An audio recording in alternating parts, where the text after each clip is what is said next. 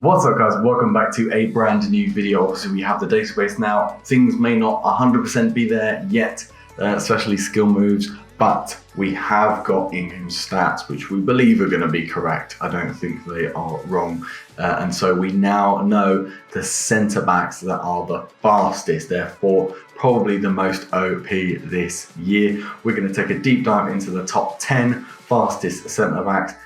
Which ones to get, which ones to avoid, which ones to sell, because their price will probably be high. So let's take a look at number 10. We have Lucas Hernandez. Now, Lucas Hernandez, obviously Bayern, French, two very good links. He's coming at an 82, so he is down a couple, I believe, from last year.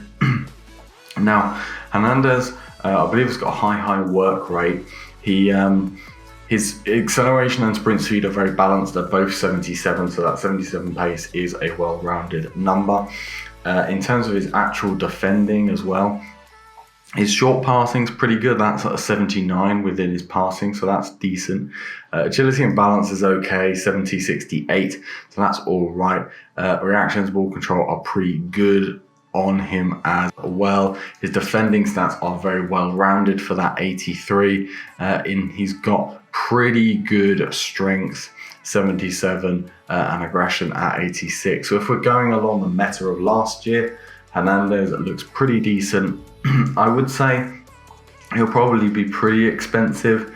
I think most of these cards will be pretty expensive, the ones that are from the major leagues especially, but Lucas Hernandez I see as a good option for you. He's going to be decent. He's quite well rounded with his pace.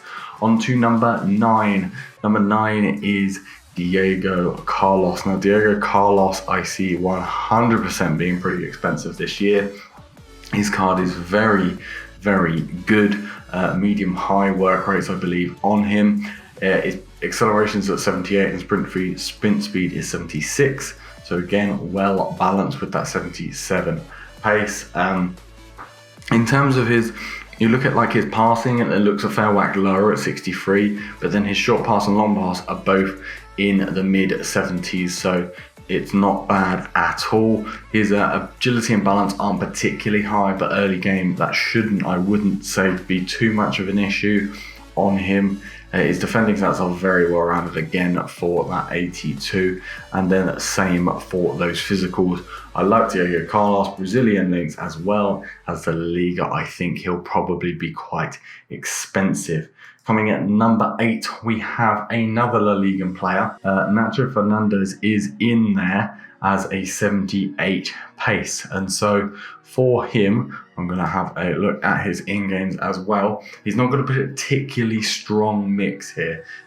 He's got 72 on the acceleration, but an 83 sprint speed. Medium-high work rates, I believe, on him as well. Other than that, it is an okay card. Other than the pace, he's decently well balanced in that defending stats. Again, nothing like outstandingly low. Same with his physicals. The dribbling stats, he's got pretty good balance as well. That's up at the 73 for him on that, but his agility down at 60. Short passing up at 78. So he's a good pull.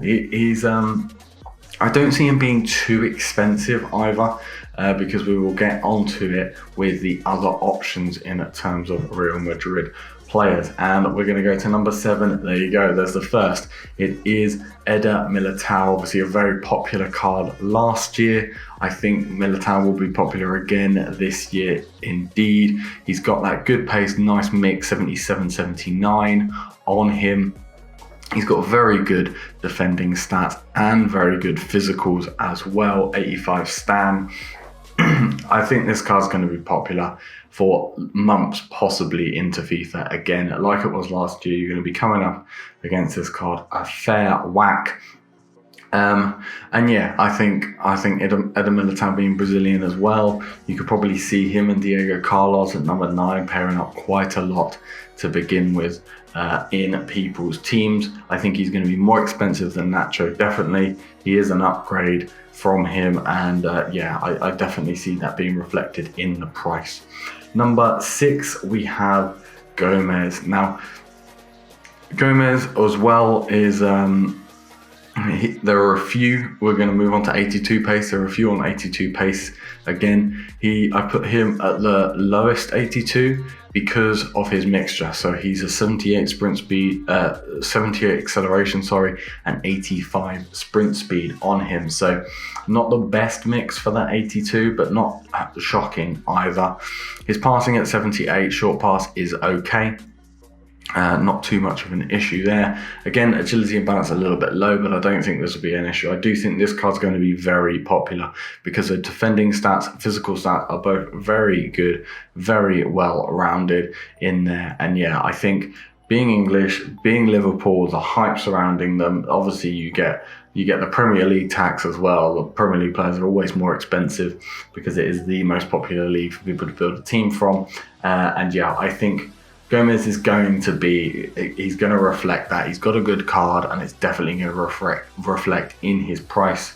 I think him and Militao may be around the more expensive ones as opposed to potentially Nacho, and maybe even Hernandez. I think Diego Carlos will be up there, but this Gomez 100% gonna be expensive. Right, we're going to number 5, and that is Clinton Mata. This guy probably going to be one of the cheaper ones if you really want a pacey centre back. I think if you can get Clinton Mata into your team, not going to be easy. He is going to be cheaper. So he's got a 79 acceleration and 84 sprint speed. He's got 74 short pass. He looks like a very good card. I mean, his passing, dribbling, defending, physicals, all are 70 and above. He is well rounded indeed. A lot of green on his card if you look at his stats, which is always a bonus. He's got 87 agility, which I like a lot, again, if the meta is similar to last year. And then, yeah, that 94 stam on him as well. This guy's going to be very, very good. Yeah, I think he may have a high work rate on him, which isn't ideal, but again, pretty good card all round. Obviously, being from the Belgium league and being from, well, a nation that doesn't really suit the Angola, there's not going to be many links, if any at all. He's going to be very hard to get into a team, but I do like him. I do like the card, very nice. If you can squeeze him in, definitely a top pacer I would 100% recommend picking up. On to our top 4, we have number 4, another Real Madrid player. We've got Varane. Now, Varane, obviously an 86 this year. He is gonna be expensive, and I mean expensive. This is gonna be one of the guys that you might want in your starter team, unless you've done something incredible in trading. You ain't gonna get him in your starter team because he's gonna be top dollar this year. I think another reason why Nacho, I believe, will be a little bit cheaper because there are so many options in centre backs from Real Madrid. Being French as well here, he's got those links. 79 acceleration, 85 sprint speed. Obviously, he's got incredible defending stats for early game, and his physicals are pretty good as well. I mean, his balance apparently is down at 39, which is shocking, but he's gonna be very good indeed. Yeah, I mean, what more can I say about this card? You know what this card is. It's gonna be very similar to last year. It's gonna be popular, but he's fast, and yeah, he's probably the top dog when it comes to these in terms of an expense for these guys, these fast centre backs this year. Right, we're going to move on to our 3rd highest, and that is Manolas. He's gone down, I believe, from an 85 to an 83. The Greek link isn't ideal. There aren't many, but the Serie A link is obviously a very good one. He is into the 80. He is another 82. Sorry. He's our final 82. He's got the best mix, I think, 80 and 83. Yeah, that's why I have gone with him at number 3. Yeah, he's got a very good defending stats as Manolas. I like them a lot on him, almost on par with Varane himself. Physicals are a touch lower, that stamina is a fair bit lower, but it shouldn't be too much of an issue on a centre back anyway. That agility and balance is kind of well rounded, 60, 67 on those guys. yeah, I like Manolas if you can get him in. Again, I think he's going to be expensive, but possibly not too expensive.